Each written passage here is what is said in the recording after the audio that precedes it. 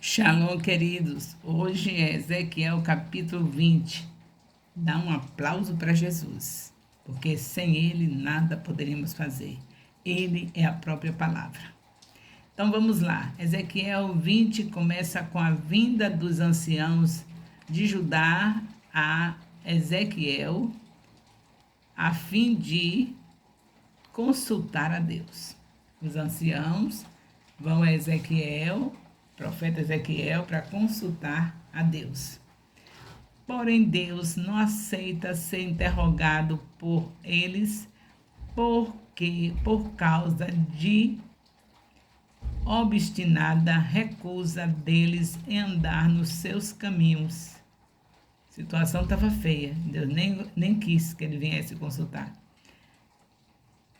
Em vez de responder à pergunta dos anciãos, Deus deixou-lhes uma tocante mensagem nos versos 5 a 44.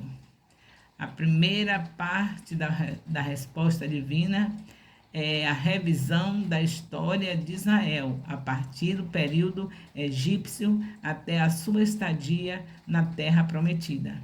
Aí Deus vai fazer essa revisão com esses anciãos, que Deus não estava aceitando tudo que ele fez e ainda vinha com aquela carinha para procurar ajuda pelo profeta Ezequiel. Então nós vemos mensagem nos versos 5 a 44.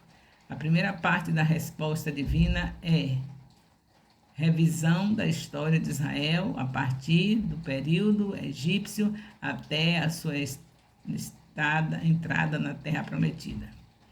A mensagem destaca os hábitos rebeldes de Israel e a fidelidade e a bondade de Deus para com a nação. A história é descrita em 4 etapas. No Egito, versículos 5 a 9, a geração adulta no deserto, versículo 10 a 17, a segunda geração no deserto, versículo 18 a 26, e em Canaã, versículo 27 a 29. Desde a sua concepção como nação, Israel tem constantemente se rebelado contra Deus. 2 dos pecados que se destacam são a idolatria e a profanação do sábado. Israel foi infiel, contaminando-se com ídolos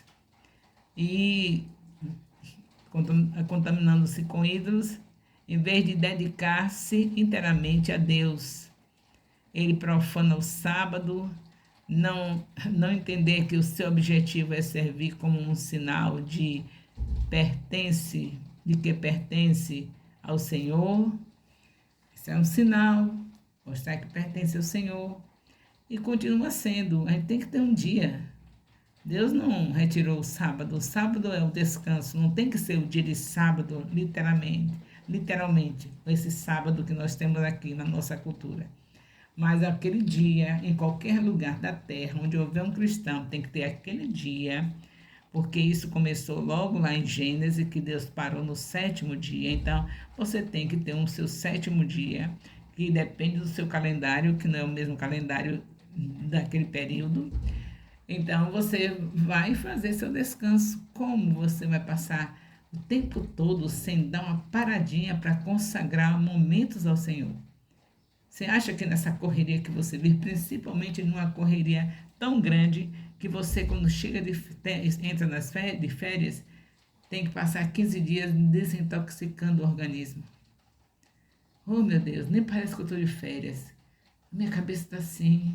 Meu Deus, por quê? Porque quebrou princípios. Então, por que é que acontece isso? Porque Deus mandou descansar um dia. Então, você tira um dia, que pode ser o domingo, porque na sua cultura, o domingo é o dia que todos estão com suas lojas fechadas, o comércio fechado, em geral. Aí você está no descanso. Que descanso?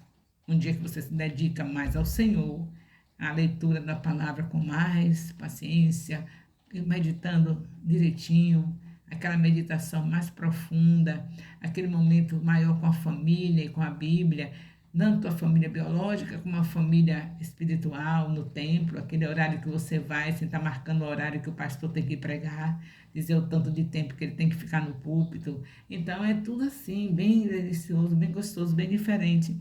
Então não era somente no tempo de Israel, mas eles já tinham essa resistência. Era um sinal. Veja a diferença da pessoa que não é cristão. Eles amanhecem o dia do domingo, mais cansado do que nunca, de tanta farra que foi feita do sábado para domingo. Do domingo para segunda ainda tem o resto da farra. E nada de Deus, nada de Deus. Ao contrário, é o dia que mais eles matam, é o dia que mais eles xingam, é o dia mais terrível porque a bebida toma conta da cabeça e a pessoa que bebe não sabe o que está fazendo. Vocês lembram do que aconteceu com Noé? Ele se embriagou e ele sabia o que estava fazendo quando ele lançou a maldição sobre o seu filho? Não sabia, ali ele estava debaixo ainda da influência da bebida, do vinho que ele bebeu demais. Então, ali já é um exemplo, logo em Gênesis, nos primeiros capítulos, capítulo 9, capítulo 8, né? 8 ou 9, eu já não estou lembrando, por isso que a gente tem que ler a Bíblia sempre, né? Para não estar esquecendo. E o resultado, que isso é o que eles fazem. Eles querem passar o final de semana fazendo essas coisas e sempre dá em coisa ruim, porque a pessoa embriagada não se governa, não sabe o que está fazendo. E o cristão é diferente. Ele faz o quê? Ele vai ter um tempo maior com a sua família, meditando na palavra. Qualquer festa que fizer, qualquer aniversário que fizer, qualquer coisa vai ser sempre focado em apresentar Jesus, que geralmente não se faz aniversário no domingo, a não ser que seja uma coisa que não deixa para passar mesmo, porque o domingo a gente dedica para estar em comunhão com os irmãos e principalmente com os irmãos, porque o Senhor diz em Hebreus 10, 25, não se aparte da congregação. E se não é para se apartar, o dia preferido para ficar com os irmãos é o domingo, que é o nosso sábado, o nosso descanso. A palavra sábado significa descanso. E isso não é somente os israelitas que fizeram, não. Não foram somente eles que rejeitaram esse princípio que Deus deixou. Eles fizeram isso e nós também temos feito. Você vê que as mulheres, não é? Principalmente as mulheres que eu tenho que falar, porque é meu dever falar daquilo que eu conheço. Eu conheço mulheres, sei como elas são. Eu sou mulher também. Então eu sei que a gente inventa uma opção de coisa para fazer que não era para fazer.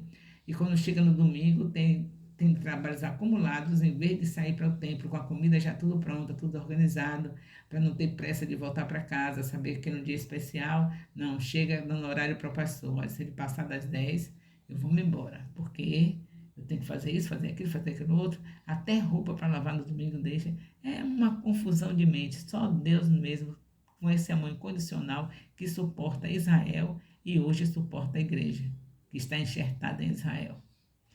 Louvado seja Deus, né? Só Deus é maravilhoso esse Deus. Só Ele poderia estar me suportando o seu povo. Então, queridos, essa segunda parte da mensagem fala da apostasia de Israel no tempo de Ezequiel e inclui purificação e restauração. O povo de Deus não era menos idólatra do que os seus antepassados. Eles estavam repetindo os mesmos pecados, incluindo o sacrifício dos filhos no fogo, mas Deus vai trazê-los de volta de seu cativeiro e pleiteará com eles face a face, como ele uma vez confrontou seus antepassados no deserto, ele limpará a nação dos idólatras rebeldes e em seguida renovará a sua aliança com os remanescentes, com aqueles que ficassem, que sobrassem. Algum que se aproveitava, que não tinha feito aquelas coisas erradas, que iam ficar, com esse ele firmaria novamente aliança. Deus sempre fez isso. Quando aconteceu com Noé, com a geração do tempo de Noé, destruiu tudo. ficou somente uma família para que ele renovasse a aliança. Então a família de Noé era o remanescente. Era eles que Deus agora ia recomeçar tudo. E o tempo todo foi isso. Quando Deus destrói aqueles que são ainda aproveitáveis, que estão com o coração de arrependido, porque só aproveita-se quem se arrepende, porque nenhum é bom. Mas os que se arrependem, os que querem realmente se humilhar, se humilham diante de Deus, esses são os remanescentes, é esse Deus recomeça tudo novamente. Porque se for bonzinho, Deus não ia encontrar ninguém, todos exterminados. Não existia mais. Deus ia ter que fazer alguma coisa para fazer um novo templo, porque não, aqueles que vieram de Adão e Eva não era para existir mais. Mas o Senhor, na sua misericórdia, seu amor incondicional, sempre encontra alguém que se arrependeu, sempre conserva aqueles para recomeçar tudo de novo. Eu acredito que nós aqui estamos com os remanescentes, aqueles que se arrependeram, né? De estar tanto tempo sem se incomodar com a meditação da palavra de Deus, no amanhecer, no lugar secreto, depois de meio-dia, enquanto descansa o almoço. É o jornal da gente que é crente, é esse. Depois do almoço vai ouvir o jornal, Jesus. Ele é o nosso jornal, tá bom? E à noite fazer o culto doméstico com nossos filhos. Nós já estamos arrependidos de passarmos tanto tempo sem fazer isso. Nosso Deus é maravilhoso, né? Nos preservou para esse tempo do arrependimento, para esse tempo do avivamento, para esse tempo de ter as nossas famílias totalmente debaixo do temor de Deus, temendo a Deus. Então, nós vemos aqui que apesar da repetida apostasia de Israel no passado, bem como nos dias de Ezequiel, Deus permanece fiel a seu povo. Na verdade, ele tem grandes planos para a sua futura restauração. A longanimidade e a paciência de Deus para com o ser humano é vista claramente em seu trato com o rebelde povo de Israel. Ele não lida conosco como merecemos, pelo contrário, trata-nos com amor, porque esta é a sua natureza. A natureza de Deus é amor. Louvado seja Deus. Então, com a leitura dos versículos, do capítulo todo, esse comentário também, eu tenho certeza que Deus vai continuar falando ao coração de cada discípulo, de cada discipulador, e com certeza também estarão cada vez mais obedientes aos comandos de Deus.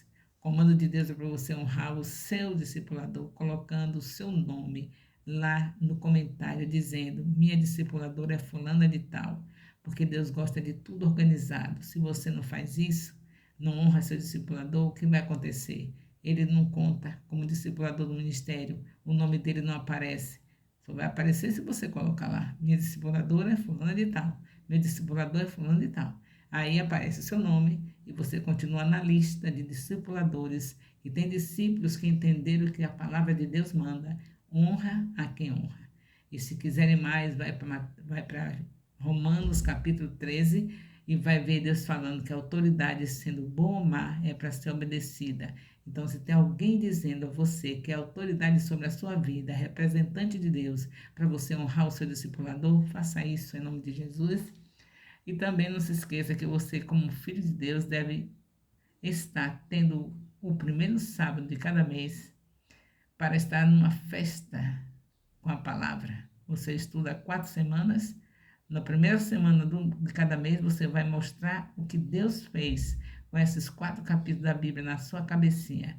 Você pode cantar essa palavra que você estudou, você pode pregar 15 minutos sobre o que você estudou, você pode apresentar uma peça teatral do que estudou, pode apresentar um jogral. O importante é que esse primeiro sábado de cada mês é o dia dos imergidos na palavra, que são quem? Quem são esses imergidos na palavra? Os discípulos do Ministério Apostólico Internacional Filhos de Jerusalém, que estão frequentando o seu discipulado, tem um discipulador e vai a cada dia crescer espiritualmente, e logo, logo vai também estar fazendo discípulos, 12 discípulos. E vai ter também célula, porque na célula vai os primeiros dias do seu discípulo, aquele que você ganhou, que está consolidando, ele vai sentir bem à vontade na célula. Depois de se acostumar ali, você começa a levar ao templo nos domingos para estar num grupo maior e conhecendo os demais irmãos em Cristo Jesus. Creio que nós estamos realmente nos melhores anos do Ministério Apostólico Internacional de Jerusalém, como foi profetizado em maio de 2023. Nós não somos mais os mesmos. O reformador Jesus, reformador dos reformadores, é que vai adiante de nós. Ele foi capaz de dividir a história em duas, antes de Cristo e depois de Cristo. A mesma coisa está fazendo com o Ministério Apostólico Internacional Filhos de Jerusalém. O antes do discipulado com a Bíblia e o depois do discipulado com a Bíblia. É outra história. Louvado seja Deus. O amor de Deus, nosso Pai, a graça salvadora do nosso Senhor Jesus Cristo, a comunhão do Espírito Santo, seja com todos os discipuladores e discípulos do Ministério Apostólico Internacional, Filhos de Jerusalém, desde agora e para sempre. Amém.